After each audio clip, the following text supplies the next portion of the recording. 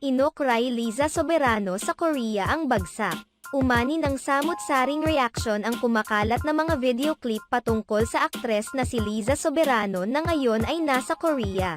Kamakailan lamang ay naglabas ng vlog si Liza Soberano na tinatawag niyang Liza in Korea series. May 15 episodes ang mga vlogs ni Liza kung saan makikita ang kanyang mga pinagkakaabalahan sa pananatili niya noon sa Korea.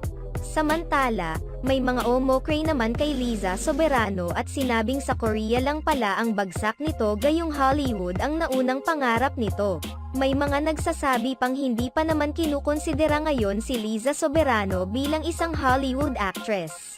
Gayunpaman, nilinaw na ito ni Liza at tahasan niya sinabi sa isang panayam na kabilang siya sa isang strike kaya hindi siya pwede mag-act.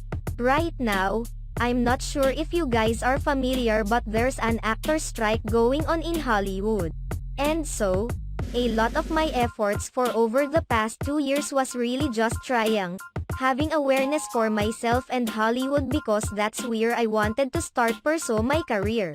Dahil din sa nasabing strike na kinabibilangan ni Liza Soberano at dahil hindi muna siya makakaarte nakafocus na muna sila sa paggawa ng contents kaya naman na-produce nila ang Liza in Korea series.